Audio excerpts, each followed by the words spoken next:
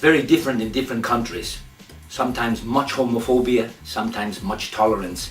In some countries we have lesbian and gay parliamentarians. We've got ministers of the government also openly homosexual. In other places, much intolerance from politicians, from the church usually, no matter what the religion is, whether it's Catholic or Orthodox or Protestant.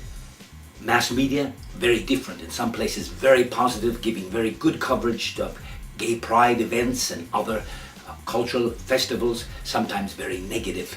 Some countries even banning positive information about homosexuality. That's the case in the Ukraine, in parts of Russia and elsewhere. Sweden a few years ago had a partnership law that same-sex couples could have a partnership, a legally binding system, but discrimination then was against the adoption of children and marrying in the church itself. In the church, it's a legal ceremony for heterosexual couples. Both of these have been changed.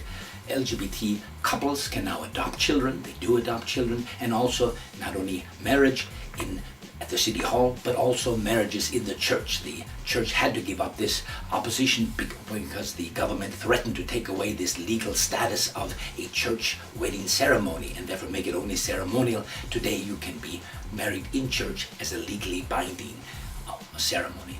The state itself, the government in general, is very positive. It took a long time for this to happen, of course, but legislation is practically perfect, except when it comes to transsexual people.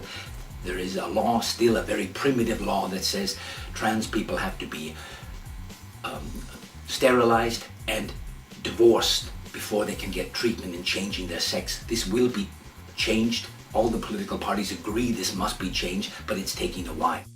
There have been changes, especially the difference between the big cities and the smaller towns. Pride has been going on in Stockholm in one way or another for 30 years.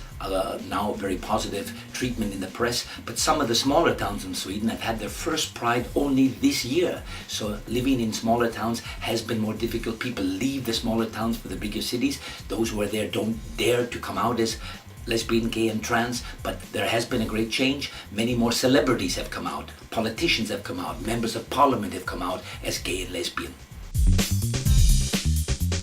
Mass media is very important for reaching the public, for helping educate. Newspapers, radio, television, very important in giving visibility to LGBT people and to make sure that not only the homophobes and people who are negative dominate the space by talking negatively about LGBT people.